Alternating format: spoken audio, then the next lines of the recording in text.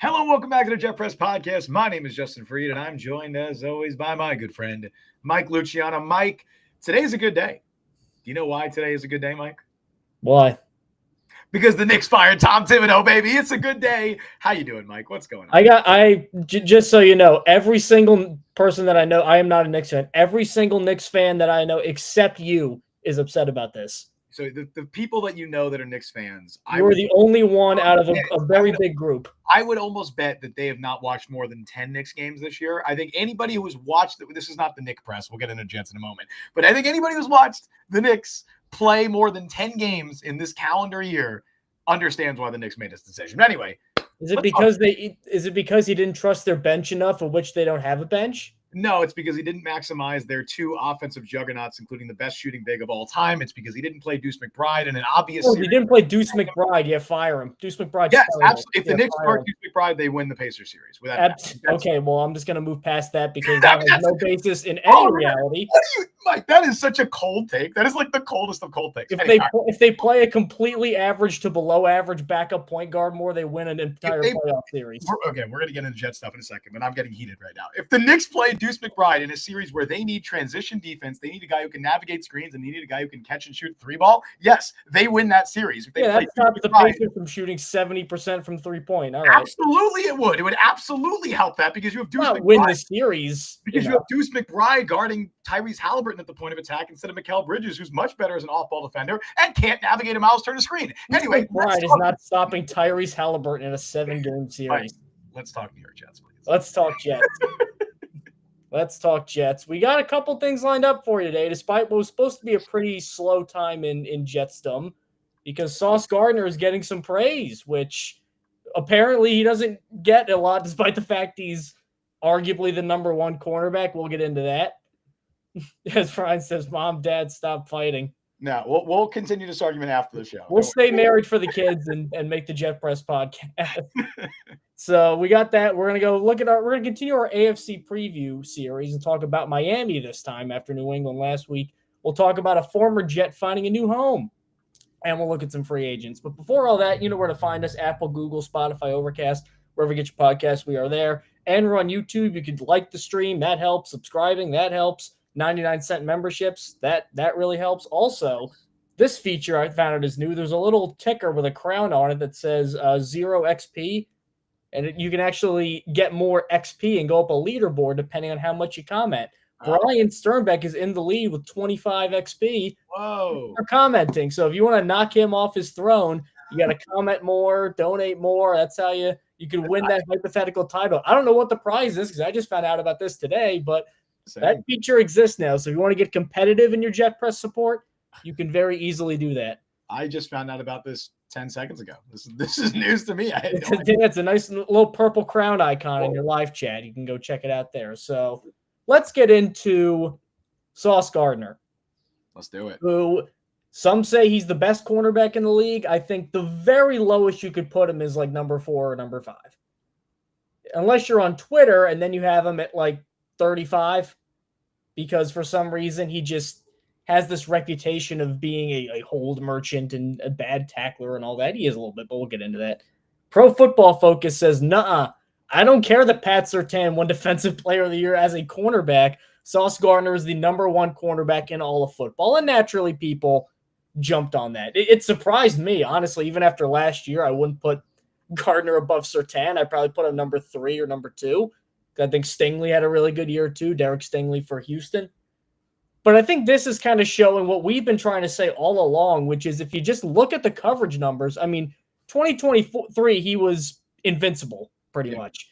He gave up, 31 catches? He had 33 last year. Like, he's still just as hard to throw on. Well, there's not a lot of interceptions. Again, we're going to say this till we're blue in the face.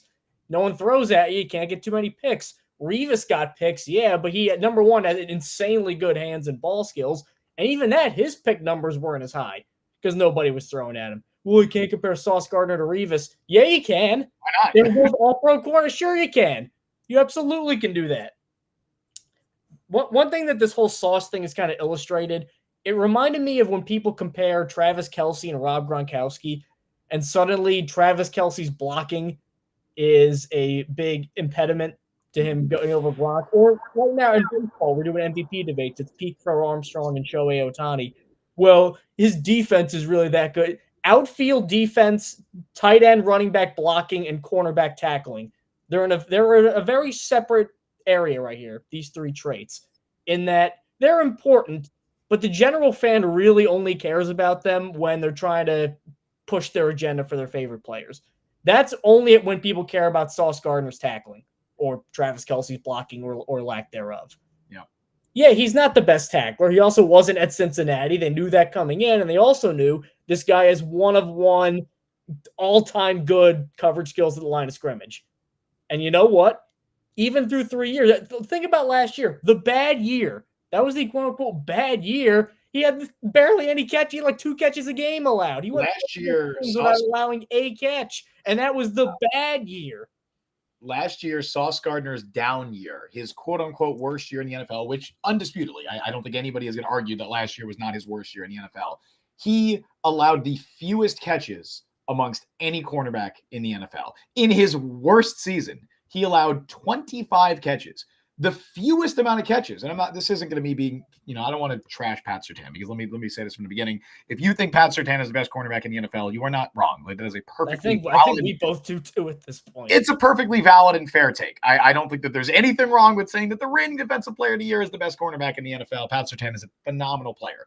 Pat Surtain's best year in the NFL, which is last year. I would argue last year 2022 was also fantastic. But last season, Pat Surtain allowed 40 catches. Sauce Gardner has never allowed more than 33 in a season, right? So to make the claim that Pat Surtain is some clear tier level above Sauce Gardner doesn't make sense. Sauce Gardner is a flawed player. He is not a perfect player. There's no perfect players, especially in a position like cornerback that is a very volatile year-by-year basis position. Sauce Gardner, what he has done over the first 3 years of his career is damn near unprecedented. At least the first 2 years, he's the first cornerback in NFL history, at least since the merger, to be named first team All-Pro in each of the first 2 seasons in the league. Very few players at any position have ever been able to do that. Sauce Gardner, his first 2 years, both season, had a PFF coverage grade of 90 or better. That doesn't make sense. I know people will say PFF grades, whatever. Like, the numbers are just as dominant. 29 catches allowed in 2023 on 51 targets, 33 catches on 2022. Mind you, this was his rookie season. He allowed the fewest catches amongst qualified corners as a rookie and the fewest yards amongst all corners with at least 500 coverage snaps, all while being targeted 73 times. He was being targeted a lot that rookie year. I think people forget that. Teams didn't realize how amazing he was, at least early on in the year. So he was getting targeted a lot. And they were testing him down the field. His average depth of target, I don't have the number in front of me, but it was very high.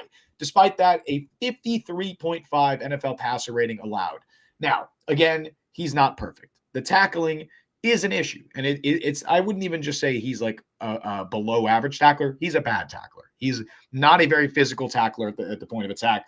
And we saw that last year. But I will say, it got better as the year went on. I think he only missed like a handful of tackles over the last 9 games of the season. He was a lot worse early in the year. The other part that we really saw come to a head last season was the penalties. He'd only had 10 flags as his first 2 years combined. He had 10 all of last year alone. But if you're going to use that as an argument to compare him to the other guys, well, I'd just like to point out that both Pat Surtain and Derek Stingley were flagged more times than Sauce Gardner was last year. Pat Surtain had 11. I think Stingley somewhere over. The refs clearly want the sad sack New York Jets to win. Yeah, they love Sauce Gardner so much. The refs. That's absolutely. It's definitely the Jets. The refs are always benefiting the Jets. But yeah, I don't think there's any argument to me that Sauce Gardner is not a top 3 cornerback in the NFL. And realistically, Mike, if we're just looking at what each of these players has done over the last 3 years, Sauce Gardner is the best. Nobody is touching what Sauce Gardner has done over the last 3 years, largely because of year 1 and year 2, but he was still damn good last year. And also, one last note here, comparing it to Pat Surtain, right? We talked a lot. There was so much talk about Sauce Gardner's down year in 2024, right? His terrible year. If you ask people on Twitter, right, all this shit, you ask Twitter, you ask anybody, his down year, people trying to make it seem like he wasn't even like in the realm of being a cornerback 1, like a number 1 corner in the league. Again, he led the league in fewest catches allowed. He allowed 25 catches, 391 yards last year, 73.1 PFF coverage grade. People don't talk about Pat Surtain's 2023 season, though. And this is what pisses me off because Pat 6 touchdowns. Pat Surtain in 2023 is what people thought Sauce was this past year. Pat Surtain in 2023, 64.7 coverage grade. He allowed 56 catches, Mike, for 701 yards. 701 yards. Sauce's worst year. He allowed 391 yards and 25. That's almost 50 a game, by the way. For the math heads. And then yes, that's what people are pointing to when they're pointing to, oh, look, Sauce Gardner's his down year, he was terrible, ignoring Pat Surtain's down year, who was worse, and he was still getting better than Sauce hype. Significantly worse than anything Sauce Gardner has put forth in the NFL. And this is not me saying that Pat Surtain is bad or not at the same level as Sauce, because he's an elite player, he's an unbelievable cornerback. But to say they're not in the same tier is just silly. And in my opinion, I think it's totally valid and justified to say that Sauce Gardner is still the best corner in the NFL. Here's what I don't get, because you get guys that hate on the best players no matter where they are. Mahomes, Josh Allen, Tyreek Hill, everybody. Like, all right, here are the factors that can make somebody hateable, other than just being as good as you are at this one individual task. Are you on a dynastic team? Sauce Gardner is not. I don't think we have to tell New York Jets fans that. Of course not. Is he exceedingly brash and arrogant? A little bit, but not the kind of arrogance that most guys, I think, in the league are, and you kind of want out of a number one cornerback. Has he done anything illegal or bad off the field? No. Nope. He's dating Ice Spice. That's it. Is? Yeah, you haven't seen that? I don't follow all that stuff. But I believe he's dating. I think it's official. I think he's officially dating Ice Spice. He goes after fans sometimes on Twitter, which, he probably shouldn't do. But that's also, imagine if you're a great director and you have this great movie, and then that everything's shot really well, and the symbolism, the lighting, and everything's shot perfectly, and they go, "Oh, that was weird. I didn't like it." You lose your mind. Dude, imagine James Cameron. Imagine that now multiplied by however many factors with Sauce Gardner. Dude, imagine like Quentin Tarantino arguing with fans on Twitter. You know how funny that would be? Well, yeah, and that's at least different because that's like something subjective where you can like it or not. Like, Sauce is arguing objective things. Yeah. These numbers say I allow fewer catches and yards than this guy, therefore I'm better than this guy. Yep. And people still won't give him credit. That's what I don't get, is why he has given people nothing to hate on, and they continue to hate on it. It's mind-boggling to me. He's a New York athlete, which always puts a spotlight on you. He has a very marketable name, and he's been in. People do this with Dexter Lawrence. I don't see that. He's not as marketable as a Sauce Gardner. Sauce Gardner is, for lack of a better term, he's pushed a lot more as like a, I don't know. He's in the headlines more than a Dexter Lawrence is because he plays a more flashy position. He has a flashy. Relax, dude. Are you sick to false narratives? Is that? Oh, did that come through on the mic? Yeah, I mean you're good. You're good. Oh boy, I thought I muted it. You did not. Oh dear. Okay.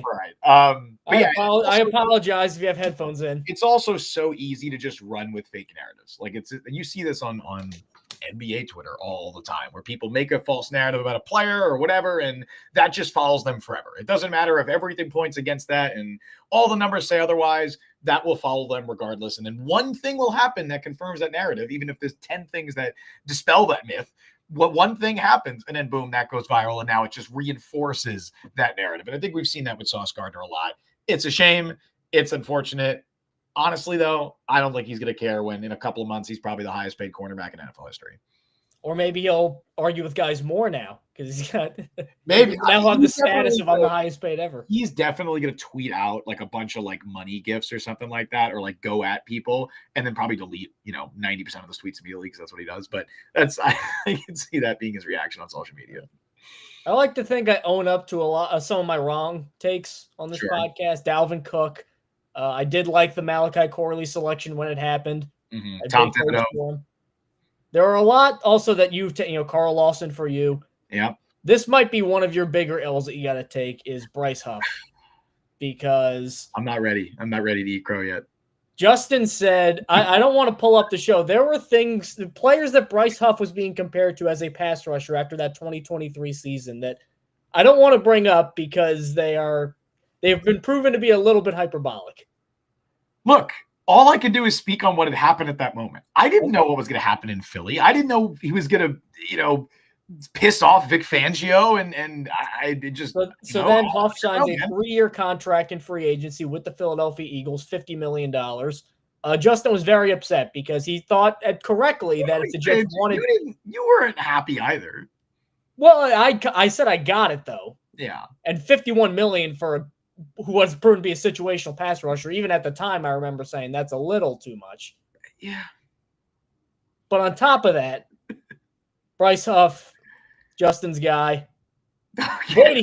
Boy, did he struggle. All right, man. With the Philadelphia. Hey, Dalvin Cook is my guy, man. You are hammering this home. This is like when this is mom and dad fighting again. This is like when it's like, oh, this is your son. It's not my son. That's what this is. Not my kid. This is your kid. That got dark. But so Huff, the Eagles gave up on him after 1 year. So the Jets, Hassan Reddick, Bryce Huff swap is word for no one because the Jets got Hassan Reddick, who did nothing and except light his career on fire, and the Eagles got Bryce Huff got a ring, but that is peak getting an A on the group project when you did nothing. That's I keep seeing people be like, oh, it clearly worked out for the Eagles because they won a Super Bowl. That's not how that works. No. Every move that was made leading up to that point was a good move. Like that's not how that works. And they are not interested in trying it again with Vic Fangio. They trade him to the San Francisco 49ers, who have now Thomas Morstead, friend of the show. We wish him well in San Francisco. Chaz Surratt, another former Jet. Brant Boyer, the special teams coach, and defensive coordinator Robert Saleh. Of course. I had mentioned this. I actually wrote an article for Niner Noise, our San Francisco 49ers site over here at Fansided. And I believe the headline mentioned the phrase that this is a complete heat check from Robert Saleh. Robert Saleh, as we saw with Javon Kinlaw and Solomon Thomas, especially in the defensive line, knows the guys he wants, quote unquote, to make his scheme work. He knows the guys he wants. That's why Will McDonald got picked. He said, I need this guy for it to work perfectly. And he is also not above if one of his guys is struggling, he'll give you as many chances as he can. I mean, Solomon Thomas, for his role, staying around with the Jets for as long as he did, that doesn't normally happen for backup rotational linemen like Solomon Thomas. A lot of times you just swap him in and out every year. A lot of draft picks come in. He kept working with him. That's why Javon Kinlaw got overpaid once before he got ridiculously overpaid by Washington. Man. Bryce Huff going to San Francisco is Robert Saleh saying, look, my defensive scheme, as he has been proven, is really, really good. Bryce Huff, in my scheme specifically, is really, really good. I know he can't defend the run, as he's shown recently. I know that whatever Vic Fangio had him doing, it works for a lot of other people. It works for Quinion Mitchell, Cooper DeJean, Jalen Carr. Doesn't work for him. What I'm going to have him do is just go wide 9, pin your ears back, get the quarterback. And now he has to do it alongside Nick Bosa, who I think is really going to help draw away a lot of attention. So I think Bryce Huff did end up in a pretty good landing spot with a guy that really believes in him and is really going to put him in a good position. But, man, talk about – I don't want to say a fall from grace because that's probably too dramatic, but considering think about how we were talking about Bryce Huff just 12 months ago to where we're talking about him now, where the Eagles couldn't wait to get rid of him and ate a good amount of money to get off that contract. It's kind of upsetting to see how his career turned out after leaving the Jets. I'm genuinely stunned. Like I know we hammered it home how much how high I was on Bryce Huff. I am genuinely shocked at how poorly this has gone for both sides. I really don't know what to chalk it up to. Also, it's weird, by the way, because what was reported was that he's been traded for a mid-round pick, and the trade has been made official. Like Schefter was like, "Yep, it's an official trade. It's happened." We don't know what the pick was. We still have no what's the it's a fifth that could become a fourth, is what I heard. Is that officially reported? I think it's officially reported. Okay, a fifth that could become a fourth. Maybe I'm just dumb and I missed that then. But yeah, I mean, I figured conditional elements were attached to it. I guess that's a fine deal at this stage. But I'm genuinely stunned. Because going back, if we go back to February last year, right, when we're talking about Bryce Huff, we're talking about what his future with the Jets looks like.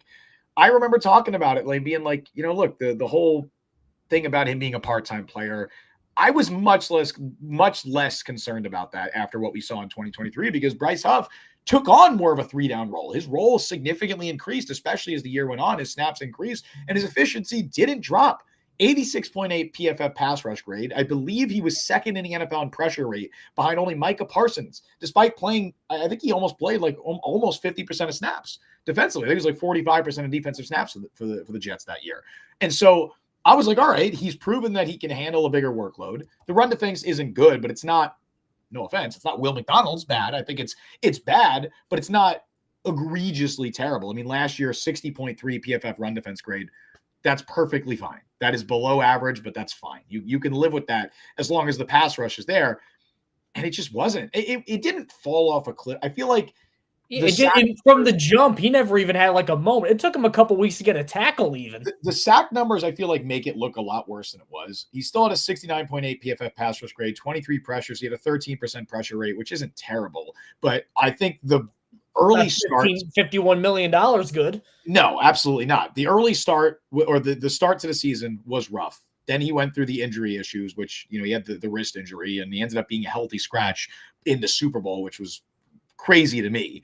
I think there's more to this story that we don't know. I think it probably had something to do with a falling out with the coaching staff. We know Vic Fangio is not one to get along with every player, and it's the reason he's no longer in Miami right now, because there was a lot of players that had issues, or he had issues with a lot of players.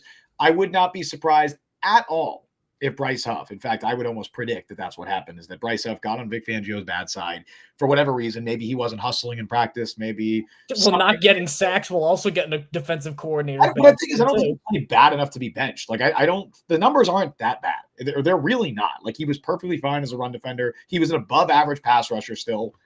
The sack numbers aren't there, but the sacks, that's not always a good indicator.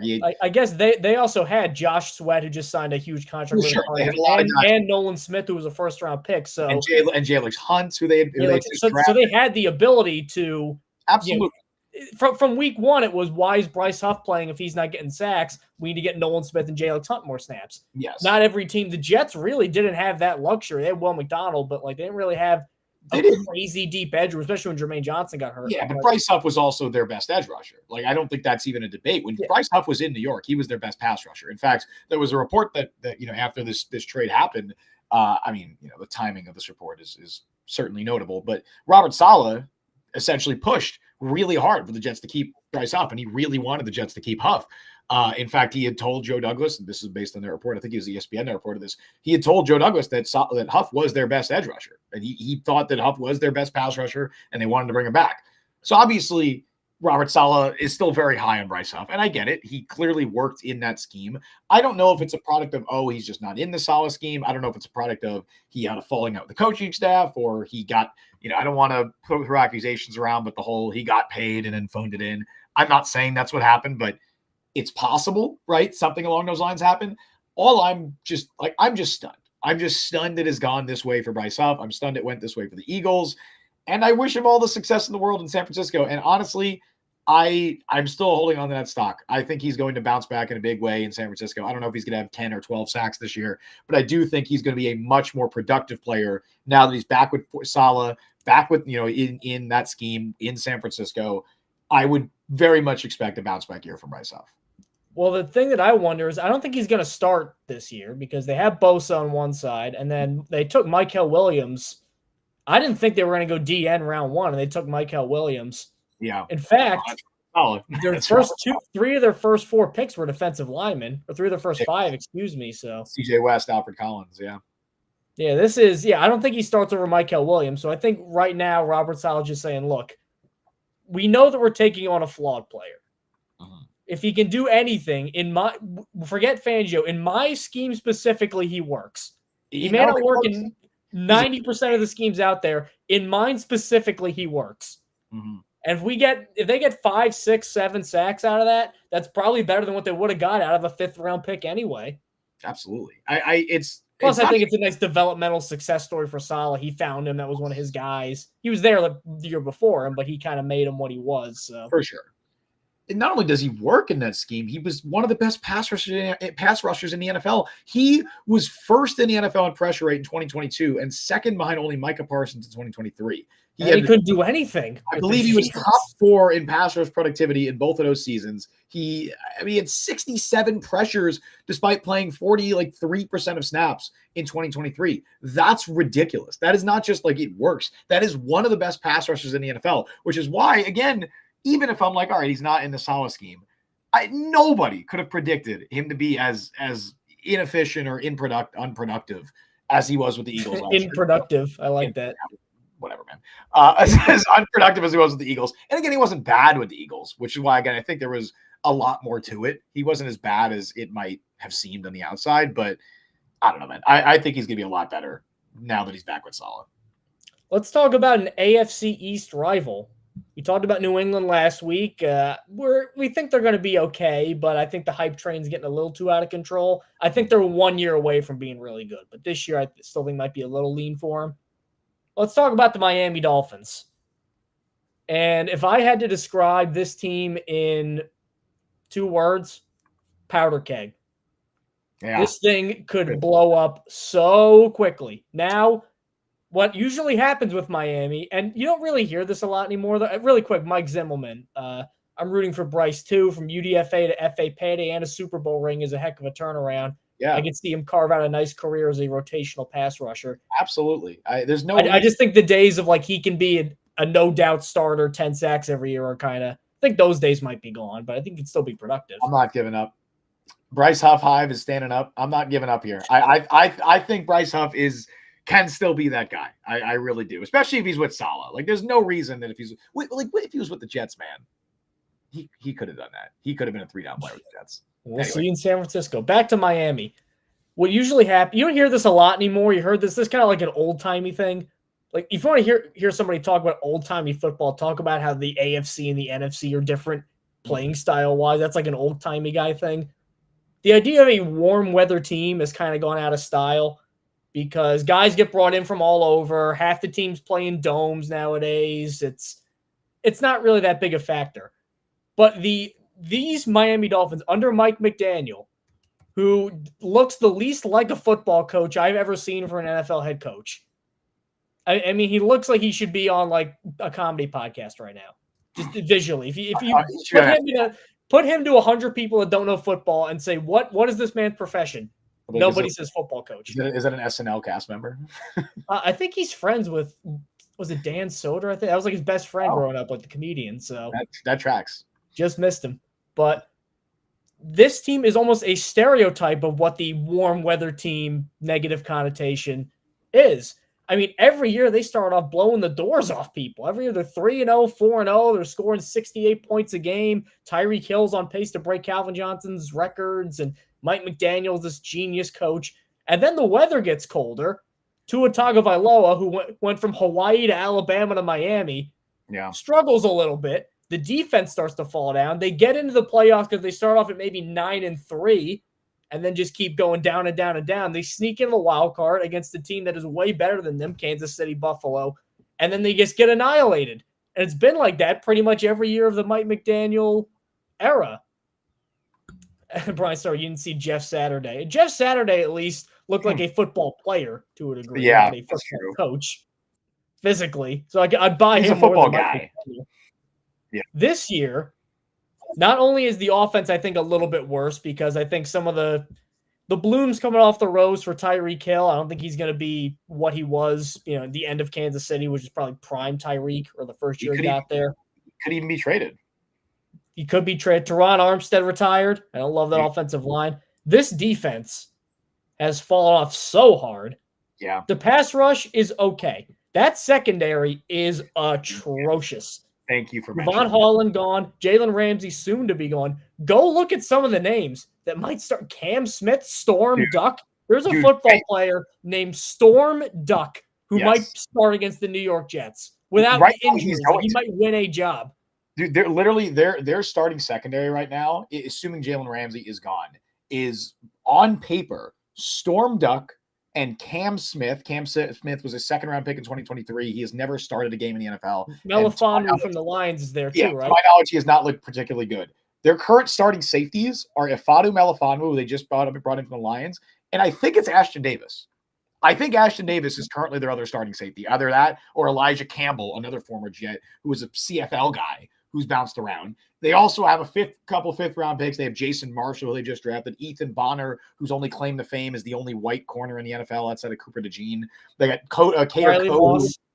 And Riley Moss, sorry. And Ethan Bonner, okay. Ethan Bonner's claim to fame is being the third best white corner in the NFL. And then Cater Kohu is actually for Jason Sehorn, man. Oh, yeah, exactly. Right, exactly. Wasn't he he was the last? last. Remind you who their backup quarterback is too, behind the most injured starter in the league. Oh, do you want to talk about Zach Wilson or Brett? Wilson or Brett Gabbert, who they just signed as well. Brett Gabbert. Oh my God, he was in college forever. Brett Gabbert, brother of Blaine Gabbert. They also drafted Quinn Ewers in the 7th round. I legitimately. All right, here's a bold prediction. I don't know if it'll come true, but I think that this should make football sense. I think Ewers beats out Zach Wilson for QB2. He might. It's such a bad quarterback room. I mean, him going 7th round. I didn't like Ewers, but 7th was way too low for him. It is crazy to me that the Dolphins, with a quarterback who is clearly one of the most injury-prone quarterbacks in the entire NFL, continue to bring in terrible backups.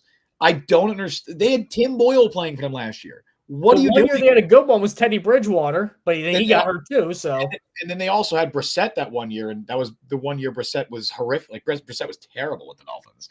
That was pre-McDaniel, right? I think it was the or year. Was that like his first? It was either the year before McDaniel or McDaniel's first year.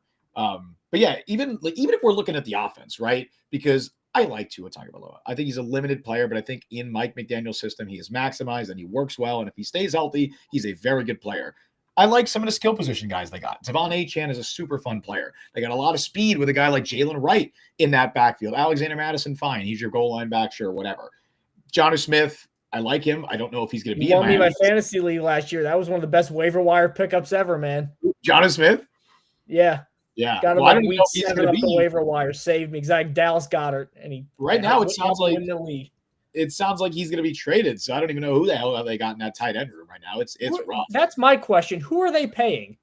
If it's not Jalen Ramsey, Jonnu Smith, Javon Holland, who are they paying? Is it all Tua? They don't give guys second contracts. Like that's like a big problem with them is that like they did it with Christian Wilkins. They've let so many homegrown players, Javon Holland, like all these guys, they all walk. Like they don't give them second contracts. Robert Hunt, Tua, and I think they're Robert. Do they regret that contract now? You think the Tua one, probably, but I mean I don't know. Because they're like I do. Yeah, but they're in a tough spot where it's like he's in that tier of guys who are going to get overpaid. Like he is obviously Brock Purdy is not worth the contract he just signed, but you have to pay Brock Purdy that money. That's the dilemma that you face with those, B tier quarterbacks. Lawrence, yeah. Like, where are you going to find a better one? Lawrence, man, he's got to get out of that B tier. I think he's going to be. I think Liam Cohen will be good for him, but hopefully. But even ignore or even not even talking about like the secondary, which is just abysmal. That offensive line still sucks. It's bad. I think it's actually worse. It was actually okay last year. They finally got it to be like passable last year, and now it's worse because Teron Armstead retired. Right now, they're starting. I guess they hope Patrick Paul can be the guy, but Patrick Paul and Austin Jackson. Those are your starting 2 tackles. And Austin Jackson is finally at least like passable as an NFL player. Savane, I like coming out of the draft too. I think he's a good guard for them. Savane is fine. I mean, they need Liam Eichenberg to not be starting. I'm so mad about what they did to Liam Eichenberg, man. I loved him coming out of Notre Dame.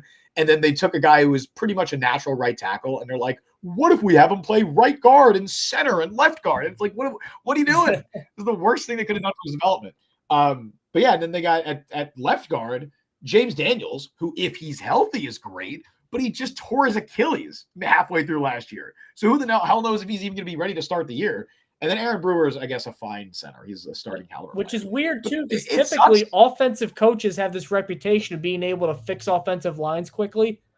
For some reason, Zach Taylor and Mike McDaniel are the only ones that every year are constantly struggling with the offensive line. Yeah. I mean, a lot of the guys that they've drafted have just not hit. Austin Jackson, I know he's technically a starter. I don't think he's lived up to his potential. Liam Eichenberg has been a massive disappointment. Patrick Paul is yet to prove that he can be the guy. Maybe, it's only obviously he was a rookie last year, so this is his second year, but we'll see. I'm not high on this Dolphins team because I think their offensive line is really bad, and I think their secondary is really bad. And if those are your 2 biggest weaknesses, those are really hard weaknesses to overcome on both sides of the ball. Mike McDaniel might be the only saving grace for this team because he's just such a good play caller and he's so creative.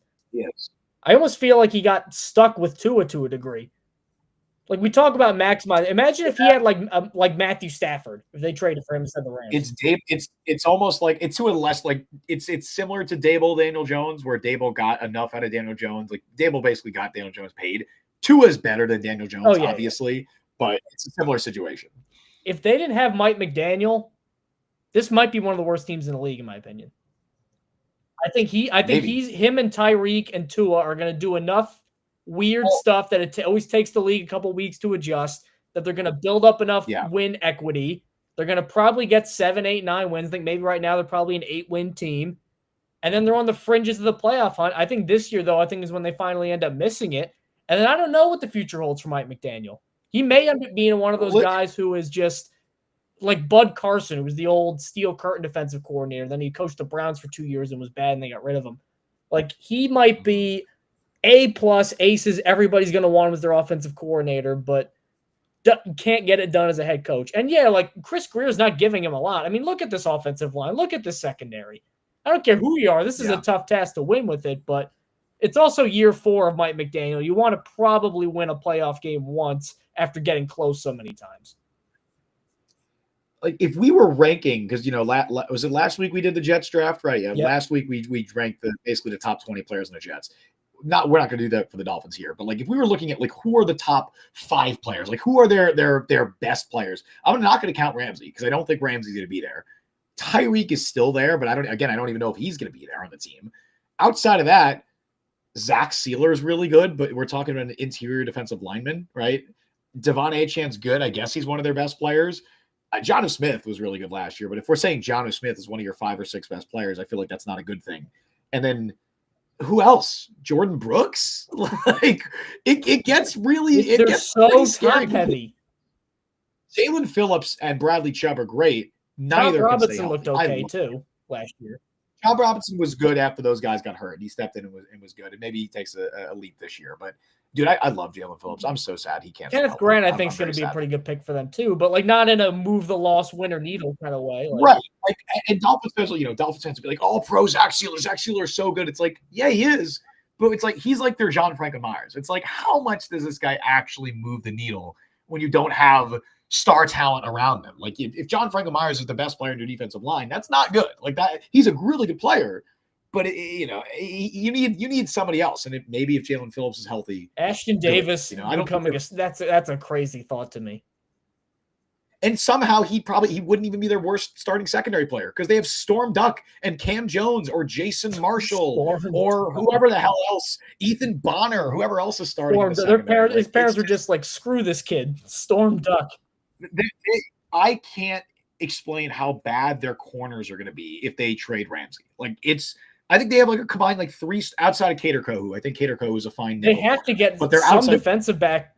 I would prioritize that, right? Because you would think there's a couple of guys still out. I mean, I know Mike Hilton's out there, but he's another nickel. I don't know, if you'd want, maybe you could just move Cater Brian Kohu Sternbeck. outside. How does Zach Wilson get another $6 million guarantee out of his NFL career? Well, I think the big reason. The big reason that is happening is because he's got a big arm. How does that's his forearm. Yeah. How does Tim Boyle keep getting? Well, that's part of it too. And I will say this: Tim Boyle could be, if he does play, he's going to look better than he did with the Jets because Mike McDaniel's offense is way better than what the Jets were rolling out, and it's going to be the social media onslaught I am not looking forward to that, man. Now he'll regress eventually because he's bad. Like Skylar Thompson's bad too. Mike McDaniel can't hide that, but. Man, I'm afraid of if that happens, man. I don't know. I don't know if he would look better, dude. I said this at the time when we talked about the signing originally. I don't think you could find a worse fit for Mike McDaniel's scheme than Zach Wilson. It's all timing. It's all timing and accuracy. And those are the 2 biggest weaknesses that Zach Wilson has. He is extremely good, or by his standards, right? His strength is the off-schedule plays and extending plays and being able to, basically. Was he even? I like. That was his strength at BYU. That's why people, fell in love with him at BYU. That is not what that Dolphins scheme asks you to do. In fact, Tua is never asked to do that. And when he is asked to do it, he usually struggles. I also think that like the majority of backup quarterbacks that we've seen that have come in and played under Mike McDaniel, I think they've all sucked. Like they've all been really. See, that's Mike the White weird thing for looked a me lot about worse. Tua, because part of me wants to go Mike McDaniel system guy, which I think it's certainly being helped by that. And then they bring in how many backups have they brought in because Tua's gotten hurt, and none of them have been good. So I'm like, okay, there's something here, but I just don't know how much of this is really him. It's very confusing. I just think the quarterbacks they're bringing in are terrible fits for their system, or they're just terrible, like in general, like Skylar Thompson. Is that just McDaniel's evaluation, or Chris Greer just being bad, or you'd think they talked to Mike McDaniel about the quarterbacks? Chris Greer being bad is generally a good bet for a lot of these things, but yeah, I have no idea. I don't know whose call it was to bring in Zach Wilson. I just think that's I don't want to say clueless signing because clearly these guys know something, but it's a very questionable move. I would not have. I'd sign him, but he can't be QB2 with a bullet. There had to be a competition. No, maybe it's with Ewers, but in theory, it's with Ewers. I think Ewers is a fine fit for that system. I don't think Ewers is a bad. He just might be bad in general, but like he at least makes sense on paper as somebody who, if remember when there were theories like, are the Jets going to take him at 8 or 7? When was that? Before, for a while, the top two quarterbacks were Warren Sanders, and then the third might have been Milroe, but some people were still saying Ewers. So Ewers before Dart. Yeah, like before Dart, it was Ewers, Milroe. Yeah, this was before Tyler Shuck too, who went 40 overall, which I don't get. He might be QB1 in New Orleans. So before we move on, I tell you what, I'm actually feeling a lot more negative about Miami after this than I did beforehand. How many games do you think they win? Yeah. I'm in between like 7 or 8. I'll give them the benefit of the doubt and say 8 because I think there's a baseline competency that they have with McDaniel and with Tua. Like as long as Tua is healthy, if Tua is hurt, if Zach Wilson is starting like they might be in the Arch conversation. Legitimately. Like I don't know if they win any of those games. Tyreek's gonna freak out after he gets 4 catches for 35 yards. Oh my dude, Zach Wilson with Tyreek Hill is hilarious. Well, I can see Dolphins being like, "Oh, big arm, just throw it and have him go get it." Well, yeah, he can't hit him. Oh, also, when we were ranking the top Dolphins before, I didn't say Jalen Waddle. That's an obvious Jalen Waddle. Waddle's a very good player. I totally forgot about him. Very obviously, it takes a lot to make an offense with those two very boring, but they've managed it. And Devon Achane, who's one of the most exciting running backs in the NFL. Like they have a lot of fun skill players. I'll say 8 wins. I'll give them the benefit of the doubt and say 8, but I wouldn't be shocked if they're competing for last place with the Jets. There are situations where they win like 12 games and win 3 games. They're very 12 wins would be crazy. I don't know how they because of McDaniel. I mean, this has happened every year. We always think this is the year they're going to fall apart. Then they start off crazy hot, and then they tail off and get smoked in the playoffs. Their secondary is debilitatingly bad, as is their offensive line. Like the O-line, at least I see a world where it could work out. If Jonah Sabanai, however you pronounce his last name, if he comes in and is immediately a plus starter, then great. If James Daniels is healthy, then great. And if Patrick Paul is the player they want him to be, then the O-line actually could be pretty decent. I think there's Tyreek Hill brings a baseball bat into the locker room after his first game with morbid man Brian Stern. I mean, if anyone's going to do it, Tyreek Hill. I mean, that's not shocking. I mean, we already know. Didn't he say he wanted to get traded after the Jets beat him? Yes. He basically, I think he just said something along the lines of like, I'm done here or something along those lines. But then he went back on it and was like, actually, no, I want to stay here. I think Tyreek Hill is going to be on their week 1 roster. I don't know if he's going to be on their roster at the end of the season, but I think he'll be on their Let's talk roster. Free agents. Disclaimer. There will be no Keenan Allen. There will be no Amari Cooper. No. They are not happening. We might discuss other veterans that might not be happening. We've gone over Amari Cooper and Keenan Allen in the past. They're declining players. They're older players. Not a fit right now. No, and they cost a lot. The Jets would not be in a position to sign one of them, and I do not think the players themselves would want to sign with the Jets. I don't think there'd be any mutual interest between the two sides. So let's talk about players that might be a little more reasonable, especially on the defensive side. I think there's a lot of talk about the Jets looking to the defensive side of the ball to make one more veteran addition, because as much as I like their draft, I don't love the fact that Kiko Malago and Tyler Barron are basically one injury away from starting as 5th-round picks. Yeah. So because of that, I think they're going to look at guys like that, linebackers, defensive ends. When I look at the defensive end market, it's a lot of veteran guys that just won't come here. Jadeveon Clowney would be amazing. He wouldn't come to the Jets at this point in his career.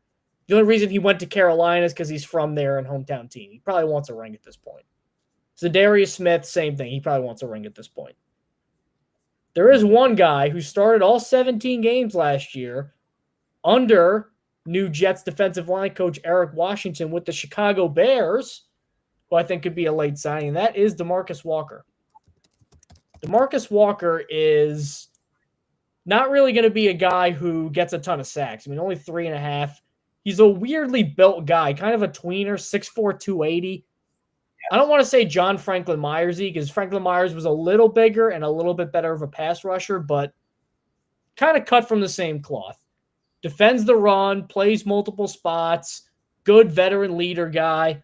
The type of guy that I think Eric Washington would have success working with. I mean, he's already basically got Byron Coward here. That's why Byron Coward has come to play under Eric Washington with the Jets for defensive tackle. I feel like as the offseason drags on, there might be enough in there for one more Washington saying, hey, let me go get this guy. And I think it's DeMarcus Walker because he's not going to go up until week 1 without a job. And I think for what the Jets need right now, I think he's an upgrade over Michael Clemens. I think he's probably better than Tyler Barron right now, as much as I like the Barron pick. I think he might be the most realistic option the Jets could have if they want to have someone who could actually be in the rotation, not just like a flyer. Yeah, I love the shout. It's really not someone that I considered until you brought him up before the show. And I'm like, you know what? This makes a lot of sense. And I'm surprised he's still out there, especially looking at his numbers the last few years. He's 2 years removed from having 7 sacks in a year with the Titans. He has played all 17 games in each of the last 3 years. And he's not bad. You know what that means, year, right? He's going to come to the Jets and Chuck Clark will happen. Yeah, probably, I guess. I don't know, man. Chuck Clark was here for like 2 hours, and then he never got hurt, and he got hurt immediately. Yeah, but I'm surprised he's still out there. I mean, 64.7 PFF grade last year, 62.3 run defense. He had 39 pressures, 3.5 sacks, I believe. He's a perfectly fine 4th defensive end. And on the Jets, where they really have no depth at all behind Will McDonald and Jermaine Johnson, who's recovering from that torn Achilles, like you said, this is an upgrade over Michael Clemens. I think he could basically fill the exact same role as Clemens. Clemens is also kind of a tweener. He's like, 265, 270. DeMarcus Walker listed at 6'4", 280, I believe. I think he can absolutely come in, fill that Michael Clemens role, and maybe you can either move on from Clemens or just demote him and he plays a smaller role. I think this would make a lot of sense. And, of course, there's the Eric Washington connection where even more logical. I'll stick with defense, and I think all the players we're going to talk about are actually with defense today. I'll start with a guy who is somebody that I've mentioned a lot, and it's somebody that I have brought up when talking about potential post-June 1st free agent signings. I don't think the Jets are going to be super active. I think they maybe make one addition. And if they're going to make any addition, if they're going to make any signing, we don't need to talk too long about it because it's a guy I've talked about a lot. But I'm looking at Julian Blackmon. Yep, he's the guy. He's still a free agent right now. That is the guy that I keep talking about. 6-year or 5-year veteran who spent the first 5 years of his career with the Indianapolis Colts. He's experienced playing both safety spots, played 16 of 17 games last year, but he did play through, I believe it was a torn labrum or was some shoulder injury that he suffered early in the year. What the Colts did was instead of playing him at strong safety, they actually moved him to free safety after that because he wanted to keep playing. He didn't want to shut down. He could have opted to undergo season-ending surgery. Instead, they basically moved him away from the line of scrimmage, and he ended up having maybe the best year of his career, one of the best years of his career. I think the reason he's still a free agent is probably because of that injury. I said this last time. I still haven't been able to find any kind of indisputable evidence saying that he underwent surgery this offseason, but I imagine that was the case. If he delayed surgery last year, I imagine he underwent surgery sometime January, February, and teams are just waiting it out to see where he's at going into training camp. But 69.3 PFF grade last year, played over 1,000 snaps with the Colts, only allowed 15 catches in coverage. And that was in an outdated scheme. Right, and that was 73.5 PFF coverage grade. I think he's a very solid, rock-solid starting caliber safety, and it fits what the Jets are looking for with their free agent additions. There's a reason we talked about it. They're probably not going to bring in an Amari Cooper or Keenan Allen, and even like a Zadarius Smith, where there is the Lions connection, and I could see them doing it because they need defensive end help. he's not really the type of player they're going after this offseason. There are currently 4 players in the entire roster that are 30 years or older right now. Zadarius Smith, I think, is 32. So the Jets are really not trying to sign guys in that age range. Julian Blackmon's only 26. He turns 27 before the season starts in August, but he very much fits that age range and the caliber of player they're looking for. And I also think if you bring him in, I think he's probably your best safety. It's either him or Andre Sisco. Their safety room is very uninspiring at the moment. They have Sisco, they have Tony Adams, they have Malachi Moore, who, you know, we're both pretty high on, and we think he could start potentially as a rookie. But I think bringing in like someone like Julian Blackmon would make a lot of sense.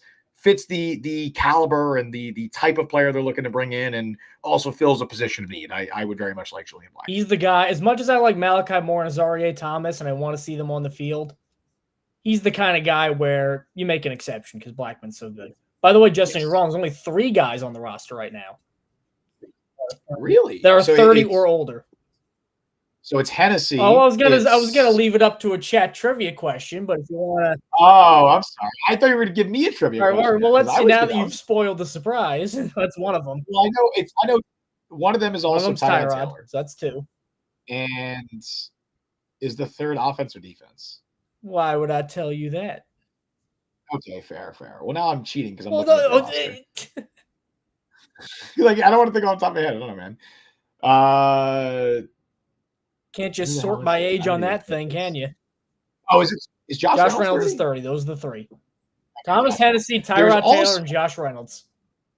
There's also, and this is a little fun fact for you, there's another player on the roster who turns 30 before the season starts. And I would bet money that you wouldn't get it. And unless somebody read an article from ESPN's Rich Cimini, no one else is going to get it. Because it is such an irrelevant player. I was going to say Derek Nottie, but no. No, it is Zach Bailey. He's like a practice squad lineman guy. Zach Bailey is a 29-year-old. Oh, yeah, I'm sorry. He turns 30 in November. Was he with South Carolina?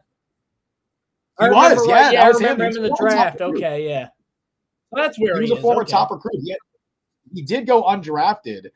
It is actually incredible that he's turning 30 this year. He's only played 2 games ever in the NFL, but he's still on an NFL roster. That's pretty crazy. Like Tim Boyle. He must just be great to hang out with. I guess so. He's just been able to hang around. But he's the other guy who I think he's only played 2 games in the NFL, right? He played a couple more, maybe. Who did? I don't know. Zach Bailey. I think he actually might have played. He played in a game with the Jets last year. 1 game. Moving on from the thrilling Zach Bailey segment, we'll move on to a guy that I think is, again, probably not going to come to the Jets, but I'm sure if they throw enough money in his face, he will change his overtures. How do I know that? Because why did he go to the team he went to last year, if not for money? And that's Justin Simmons, who signed with the Atlanta Falcons last year after some all-pro years with the Denver Broncos. Yeah. Tremendous safety, probably top 7, 8 in the league. I don't think he's an all-pro anymore, but he's still really good. You think currently still top 7 or 8 in the league? Maybe? I wouldn't say that, no. I wouldn't. He's declining, but I still think there's a lot there. His numbers fell off a lot last year with Atlanta. I don't know how much of that was scheme. I didn't watch a ton of tape, but he missed 20% of his tackles, 60.8 coverage grade, 53% run defense grade. I mean, again, PFF's not everything, but he allowed 5 touchdowns. Might just be a bad year. He's an all-pro in Denver. So because of that, it was kind of Jets could, in theory, give him that contract. The weird thing about Justin Simmons is he's basically been begging, hands and knees, hat in hand, for the Philadelphia Eagles to sign him, and they seem wholly uninterested in giving him any sort of contract. So he's probably going to try to find a contender. But he also likes money. So I think if the Jets would just wait him out and they have some sort of guarantee that Joe Douglas and the Eagles are not going to go pick him up, that's where I think they could swoop in and get a new starting safety that I think could be better than Julian Blackmon. Because we have a bigger pedigree with Justin Simmons, who was long one of the most underrated guys in the league. Like, he really did not get his credit, I thought, until it was kind of too late and he started declining. I agree with that last part. I think there was a while where he was so underrated and he was arguably he might have been the best safety in the NFL. You go look at any like off-season most underrated listicle kind of thing, he was always there, and he was always deserved to be there. It really wasn't until he started to like get that hype and get the recognition. Like, he made the Pro Bowl in 2020. He got all-pro second team in 2021 and 2022 and 2023. And low key, I think by those years, he was already starting to decline. Like, I think 2022, 2023, Justin Simmons was not nearly his peak. And by the time he left Denver, I thought he was a good player. I thought he was a fine starting caliber safety, probably above average, but no longer the Pro Bowl or definitely all pro. I think he was kind of riding his reputation weirdly at that point, which is a weird thing to say about him, given how underrated he was early in his career. I'm less high on him than you are, I think, just because of that last year in Atlanta wasn't very good. I think Julian Blackmon's a better player at this stage. I think Julian Blackmon is younger, where I know he's younger He also as well. fired Atlanta's coordinator. Judon was underperforming. Jesse Bates underperformed. That whole defense wasn't doing a lot. But it's following the trend. Like, he was already starting to decline his last couple of years in Denver, and then he had his worst year this past year with the Falcons. And combine that with the fact that he's turning 32 this year.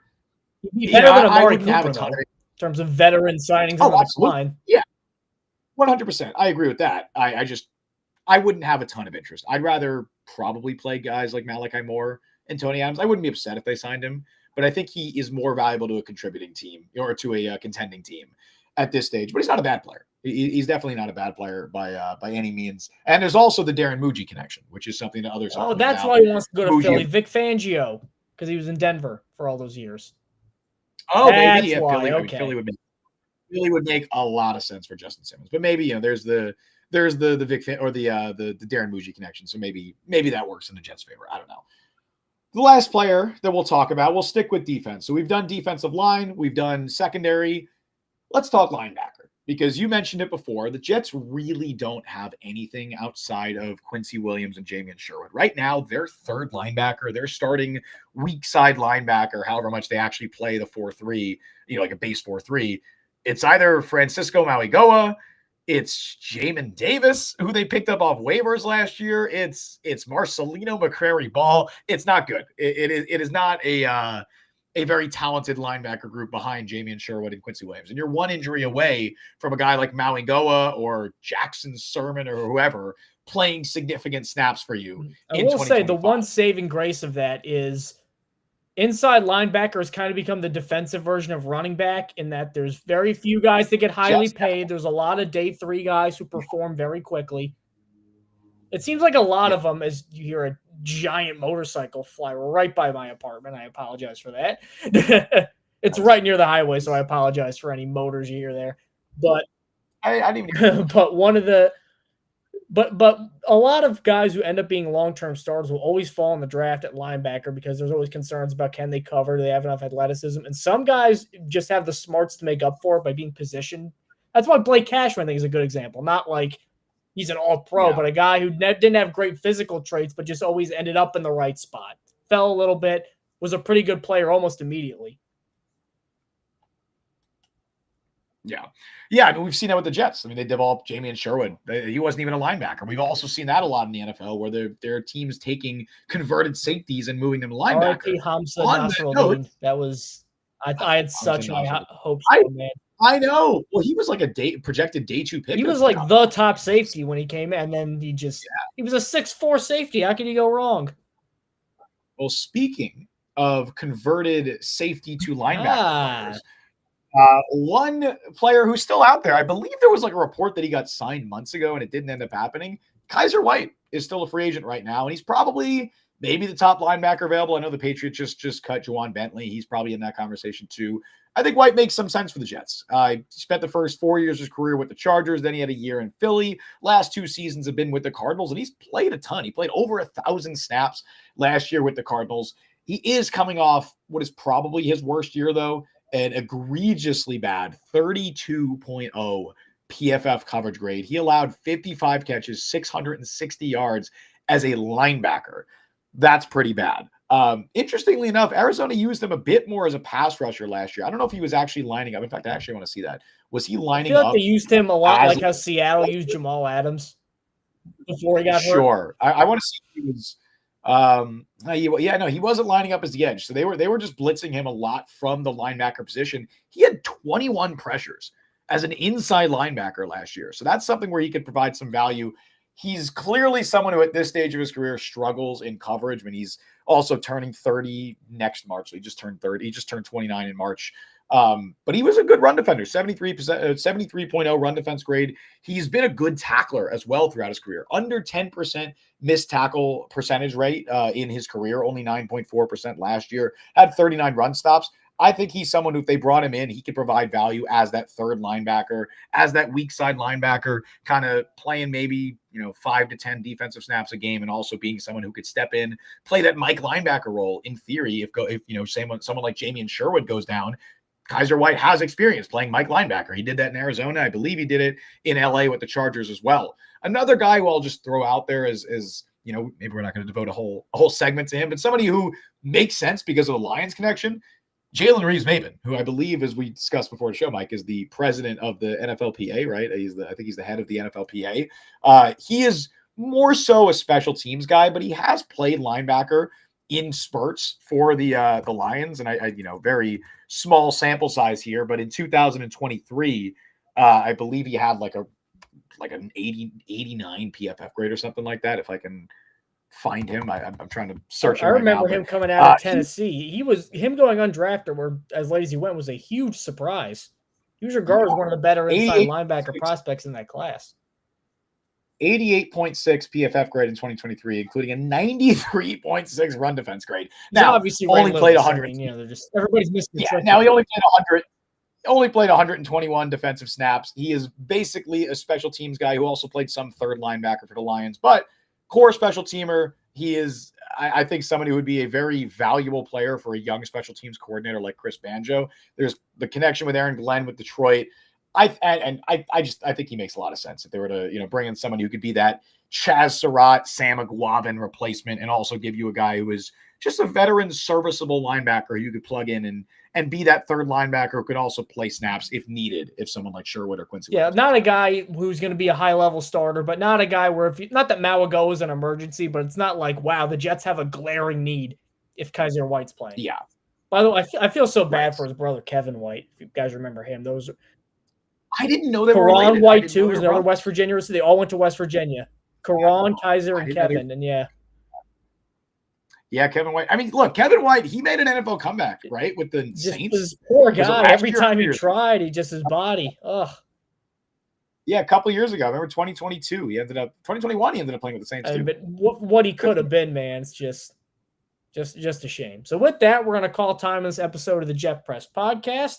Thank you guys for tuning in. I'd like to recognize the number one chatter, Brian Sternbeck, followed by who had 75 XP. With Mike Zimmelman at 25 XP behind him. So I want to know how this is calculated. I believe you get I thought it was 25 per chat, but Brian chatted more than that. He ended up with 75. So you are officially have one win. Maybe we'll keep track of the standings. So he's the most active commentator.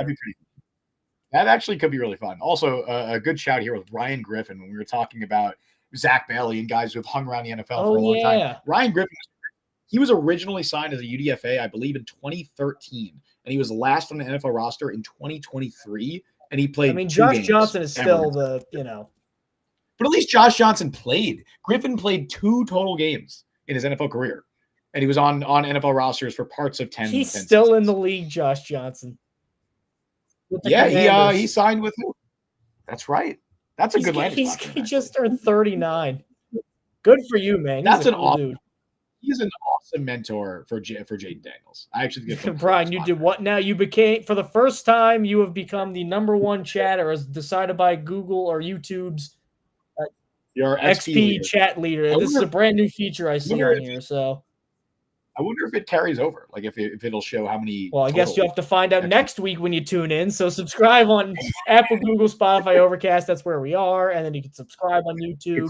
You could like the stream, become a 99-cent member, try to challenge Brian for his title of number one chatter by participating in the comments. Justin, feel free to sign us off. Sir. The Knicks made the right decision firing Tom Thibodeau. Anyway, thank you all for joining us on the show today. You can follow Mike on Twitter at I'm going to talk over you. You can follow Mike on Twitter at Mike Luciano. Follow me on Twitter at Justin D. Follow Jet Press at Jet Press. Download the Jet Press podcast wherever you get podcasts. Check us out on YouTube. Subscribe, hit the notification bell. You guys know what to do. We stream live every Wednesday at 3 p.m. Eastern Time. Thank you all for listening to Jet Press Podcast. I have been Justin Fried. That is Mike Luciano. Knicks made the wrong move.